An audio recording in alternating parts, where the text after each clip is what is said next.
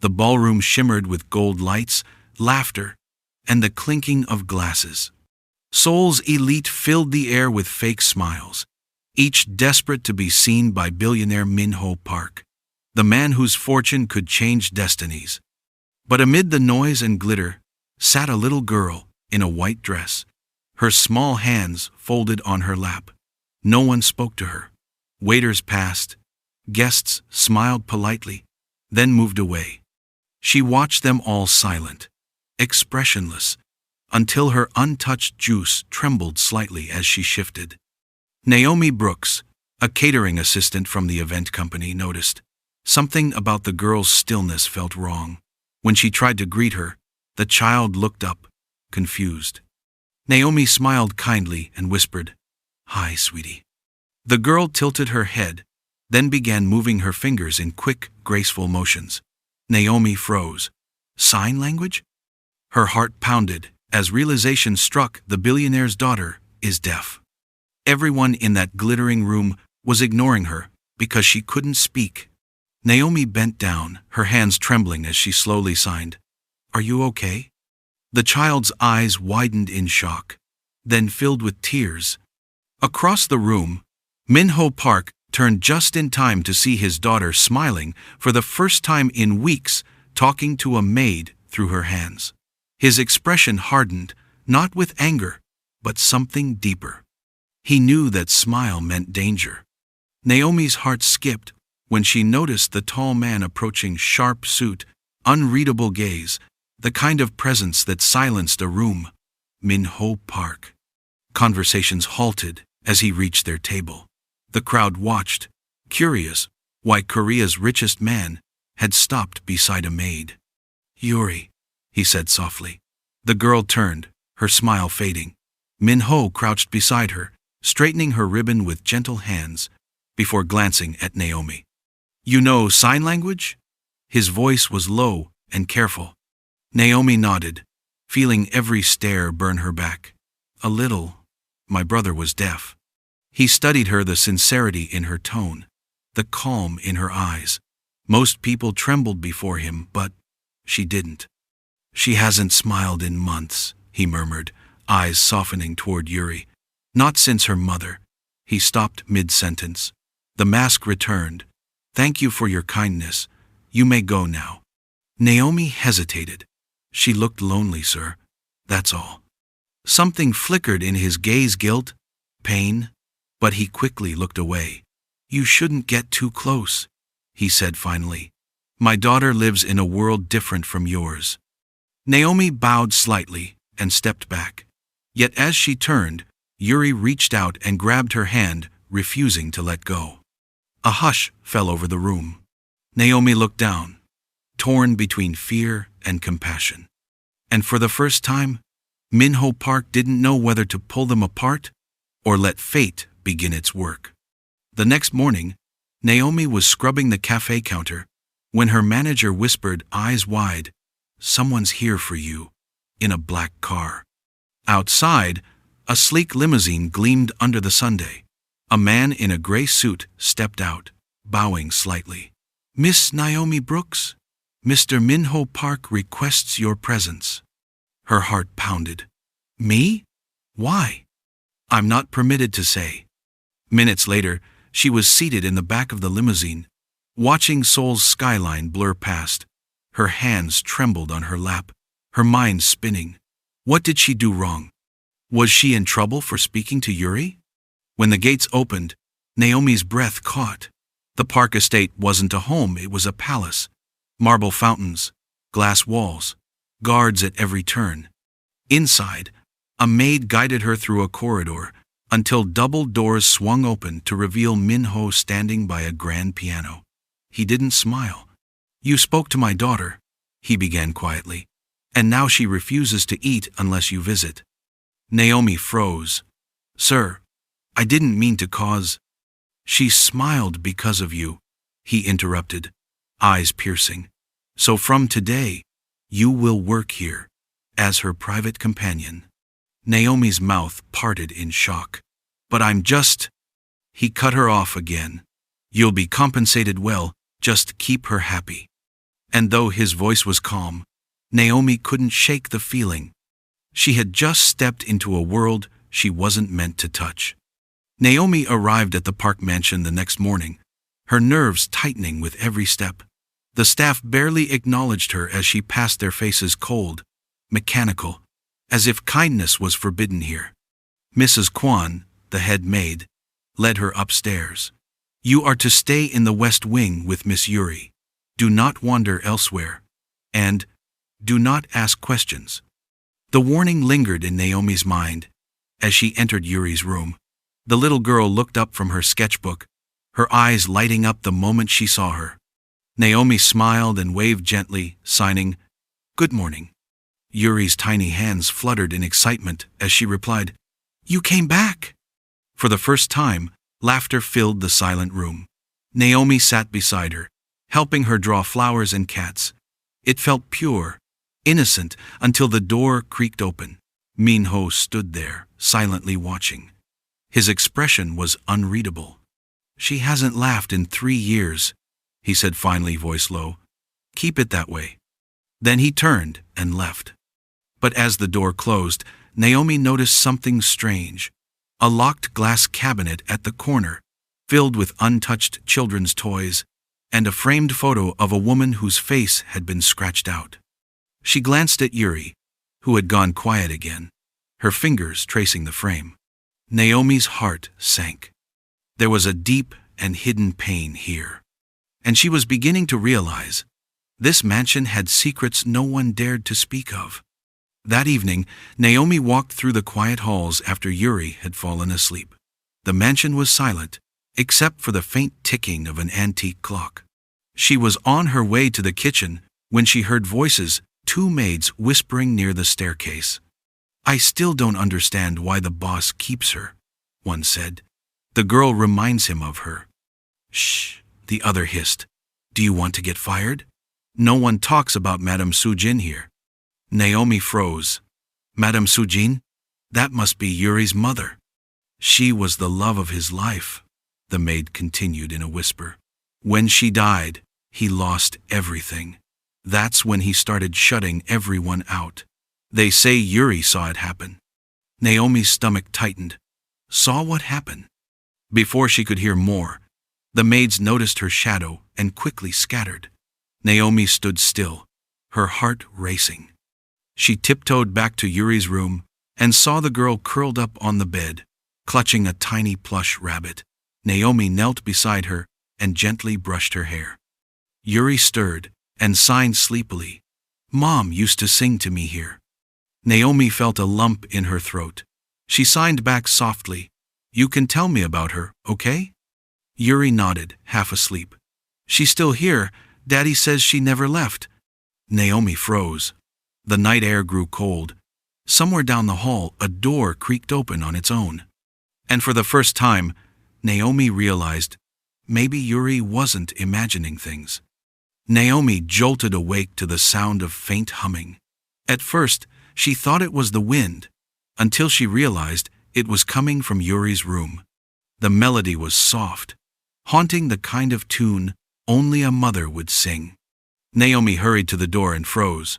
Yuri was sitting up in bed, smiling at the empty corner of the room. Her small hands were moving, signing words Naomi couldn't fully read from the doorway. Naomi whispered, "Yuri, who are you talking to?" Yuri pointed toward the window and signed, "Mom?" A chill ran through Naomi's spine. The curtains fluttered, though the windows were closed. Naomi forced a smile and walked in slowly. "Sweetheart, maybe it's time to sleep now." But when she reached for Yuri's hand, something cold brushed against her wrist, colder than air, colder than anything human. The lamp beside the bed flickered twice and went off completely. In the sudden darkness, Naomi could hear Yuri giggling. "She says you're nice," the little girl signed. Naomi's breath caught. "Yuri, there's no one," Naomi signed back gently. Before she could finish, the music box on the nightstand began to play by itself, a tune that matched the humming perfectly. The next morning, Naomi found the box locked, and when she asked Minho about it, he said quietly, That box hasn't worked since my wife died. Naomi's hands trembled. Something in this house was alive with memories that refused to rest. The following afternoon, Naomi sat with Yuri in the garden, teaching her to sign words for colors. The sun cast soft gold across the flowers, and for the first time, Yuri's laughter carried beyond the mansion walls. From the balcony above, Minho watched quietly. He hadn't seen his daughter this happy since before Sujin's death. Naomi noticed him watching and gave a polite bow. To her surprise, he came down the marble steps. "She likes you," he said, his tone softer than usual. Naomi smiled. "She's a bright little girl. She just needed someone to listen." Minho hesitated. "You signed to her at the restaurant that night. How did you learn?" Naomi looked down. "My younger brother was deaf. He passed away when I was 16. For a moment, the walls between them cracked. Minho's usual sternness faltered. "I'm sorry," he said quietly. "You've been through pain too." Naomi met his gaze. "We all have, sir. But Yuri doesn't deserve to carry anyone's pain." Something in her words struck him deeply. For the first time, he didn't see her as a maid, but as someone who understood loss. He took a deep breath and said, "Dinner tonight. Join us as a guest." Naomi blinked in shock. "Sir, But Minho had already turned away, his hands tucked in his pockets. From the balcony, Mrs. Kwan watched them closely, her eyes dark with something that wasn't jealousy, but fear. That evening, the dining hall gleamed under crystal lights. Naomi had never sat at such a grand table, gold-trimmed plates, polished glasses, everything silent except the faint clinking of cutlery. Minho sat at the head, Yuri beside him, and Naomi opposite. Yuri giggled as Naomi helped her sign "thank you" after each dish. For a while, it felt like a real family dinner. But beneath the warmth, Naomi sensed tension. Mrs. Kwan stood by the door, watching. The other servants lingered with lowered eyes, whispering. Midway through the meal, Yuri looked up and signed to her father. Mom would like her too. The room went still. Naomi's heart skipped. Minho froze, his jaw tightening. "Yuri," he said gently but firmly, "don't talk about your mother." Yuri's face fell. Tears welled up in her eyes as she signed. "But she was here last night. She sang my song." Naomi reached out, trying to comfort her, but Minho's eyes flickered with pain, fear, and disbelief. "She doesn't understand," he muttered. But when his gaze met Naomi's, he saw the truth. Naomi believed Yuri. Naomi swallowed hard. "Mr. Park," she said softly. "I heard it too." Minho looked up sharply. "You... what?" Before she could explain, the chandelier above flickered once, twice, and one of the candles extinguished itself. Yuri smiled faintly and whispered, "She's here again." Naomi and Minho stared at each other in silent dread. The past, it seemed, refused to stay buried. Later that night, Minho found Naomi standing by the terrace, looking out over the city lights. The silence between them was heavy, filled with questions neither knew how to ask. "She was telling the truth," Naomi said softly without turning. "Yuri didn't imagine it. I heard that song too." Minho's face darkened. "You think a ghost haunts this house?" "I think," Naomi replied carefully, "someone who loved deeply might still be trying to protect her child." Minho's expression wavered. He leaned against the railing, eyes distant. "Sujin, my wife. She died saving Yuri." Naomi turned to him, startled. "There was a fire," he continued, voice low and breaking. "Yuri was trapped in her room. Sujin ran in before I could stop her. She got Yuri out, but she never came back out herself." He paused, swallowing hard. "Since that night, Yuri stopped speaking. She blames herself. I tried therapy, doctors, nothing helped. Until you came." Naomi's eyes softened. "Yuri doesn't need fixing, Mr. Park. She needs understanding." Minho looked at her, really looked at her, and for the first time, his guarded heart cracked open. "You talk to her like she's whole," he murmured. Maybe that's what I forgot to do. A faint wind brushed between them, and Naomi thought she heard that same soft humming again, distant and tender, like a mother's whisper of gratitude. Minho didn't hear it, but Naomi smiled faintly. Maybe she's finally at peace. The next morning, Minho summoned Naomi to his study. Sunlight streamed through the tall glass windows, glinting off shelves of books and framed awards. Naomi stood nervously by the door, unsure why she'd been called. Minho looked up from his desk. "I've been thinking," he began. "You've done more for Yuri in 2 weeks than anyone has in 3 years. She smiles again, laughs again. "That's because of you." Naomi smiled softly. "She's special, sir. I'm lucky to know her." He nodded. "I want you to stay not as a maid, but as Yuri's full-time caretaker. I'll double your salary, give you an apartment on the estate. You'll never have to worry about anything again." Naomi's heart thudded. It was everything she'd dreamed of: security, comfort, recognition. But deep inside, she hesitated. "Sir," she said slowly, "I appreciate it, truly. But Yuri is healing because of love, not luxury. If I stay, it has to be for the right reason." Minho studied her quietly. "And what reason would that be?" Naomi met his eyes. "Because she needs me, not because you can pay me." For a long moment, he said nothing. Then, slowly, he smiled, the first genuine smile she'd ever seen on his face. "Then, stay," he said simply. "As family." Naomi blinked, her chest tightening. "Family?" But before she could reply, Yuri ran into the room, laughing, and for the first time Naomi realized maybe she'd already found one. Weeks passed, and warmth slowly returned to the park mansion. The halls, once filled with silence, now echoed with Yuri's laughter. The flowers Naomi planted with her bloomed by the window, bright, alive and hopeful. Minho had changed too. The coldness in his eyes was gone, replaced with something gentler and quieter. He spent evenings joining them for dinner, learning sign language from Naomi and Yuri. Every gesture, every smile, pulled him closer to them. One evening, as the three of them watched the sunset from the garden, Minho spoke softly. "You've given me back more than you'll ever know." Naomi smiled. "I didn't give you anything you didn't already have, sir. You just forgot how to feel it."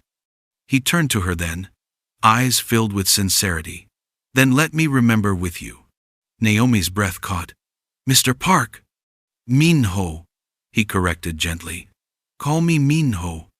She hesitated, then smiled. "Okay, Minho." Yuri clapped her hands, signing excitedly. "Daddy likes Miss Naomi!" They both laughed, cheeks flushed. And as they looked at the little girl between them, they knew she wasn't wrong. That night, Naomi tucked Yuri in and heard the faint hum of the old music box once more. But this time, it wasn't haunting, it was peaceful. Minho stood beside her and whispered, "Maybe Sujin finally knows we're okay." Naomi nodded. She can rest now. And as the lights dimmed, the park mansion, once a house of sorrow, became a home filled with love again. The moral lesson of this story is that love heals deeper wounds than money ever can. True kindness speaks every language, even the silent ones. Never overlook someone because of their silence. Sometimes they hear the world louder than the rest of us.